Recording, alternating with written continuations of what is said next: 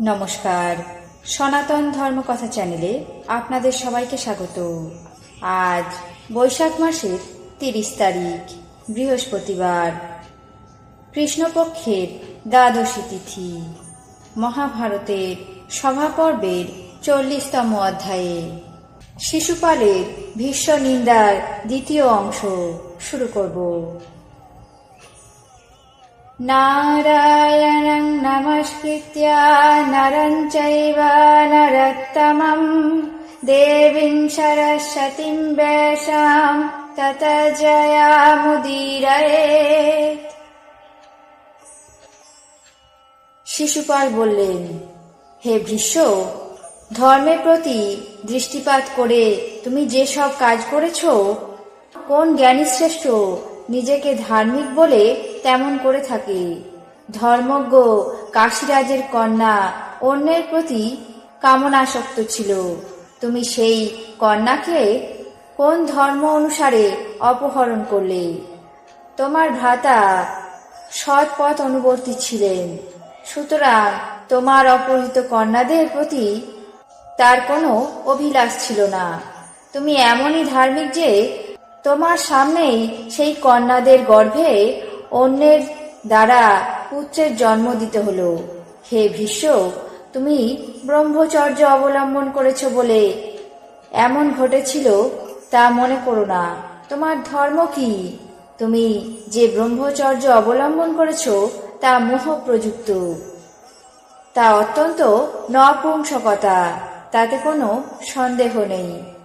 হে ধর্মজ্ঞ, আমি কখনো তোমার উন্নতি দেখিনি, কারণ তুমি যে ধর্ম প্রকাশ করো কোনো বিজ্ঞ ব্যক্তি সেই ধর্ম অনুসারে চলে না। ইষ্ট, দান, অধ্যয়ন এবং বহু দক্ষিণার যজ্ঞ এ সমস্ত কিছুই পুত্র লাভের জন্য করা হয়ে থাকে।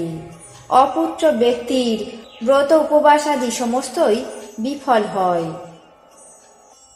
তুমিও তেমন পুত্রহীন হয়ে বঞ্চিত, বৃদ্ধ এবং কপট ধার্মিক।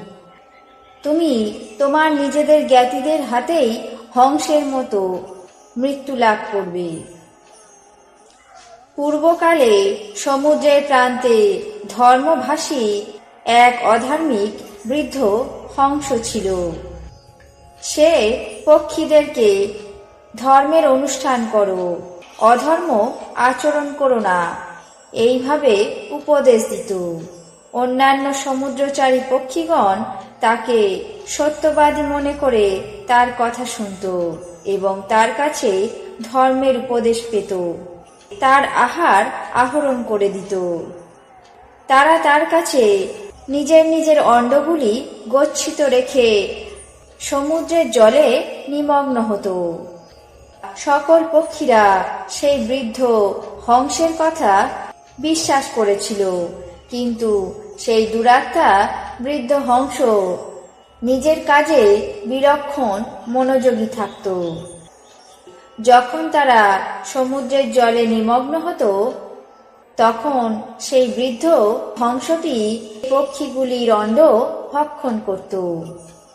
তারপর সেই সমস্ত ডিম্ব বিনষ্ট হলে কোনো প্রাজ্ঞবান পক্ষী সন্দেহের বশে সেই দুরাচারী বৃদ্ধ হংসের পাপাচার দেখতে পেয়ে অত্যন্ত দুঃখিত মনে অন্য পক্ষীদের তা জানালো। তারপর সেই সমস্ত পক্ষীগণ একত্রিত হয়ে সেই দুরাচারী হংসের প্রাণ সংহার করে। হে ভীষ্ম, তুমিও সেই হংসের মতো অধার্মিক, রাজাদেরকে পক্ষী স্বরূপ মনে করেছ। অতএব তারা ক্রুদ্ধ হয়ে তোমাকে অবশ্যই বধ করবে। আমার মনে হয় তুমি সেই অধার্মিক বৃদ্ধ হংসের থেকেও আরো নিকৃষ্ট।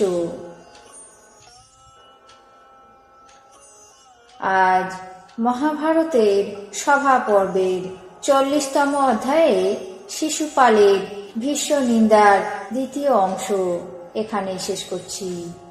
বাকি অংশ আগামী পর্বে পাঠ করে শোনাব। এখন জেনে নেব আজকের দিনের 12টি রাশির রাশিফল। মেষ, বিড়ম্বনা। বৃষ, ব্যবসায় বিনিয়োগ। মিথুন, খ্যাতি লাভ। কর্কট, ক্রোধ দমনীয়। সিংহ, বিফল মনোরথ। কন্যা, পাওনা আদায়। তুলা, বাগ বিতণ্ডা। বৃশ্চিক, পুরস্কার লাভ। ধনু, পাওনা আদায়। মকর, হতাশা মুক্ত। কুম্ভ, সৎ বন্ধু লাভ। মীন, গোলযোগ। এই ছিল আজকের দিনের 12টি রাশির রাশিফল। আপনাদের কেমন লাগলো তা অবশ্যই কমেন্ট বক্সে জানাবেন। চ্যানেলটিকে সাবস্ক্রাইব করবেন, লাইক করবেন, শেয়ার করবেন। ধন্যবাদ।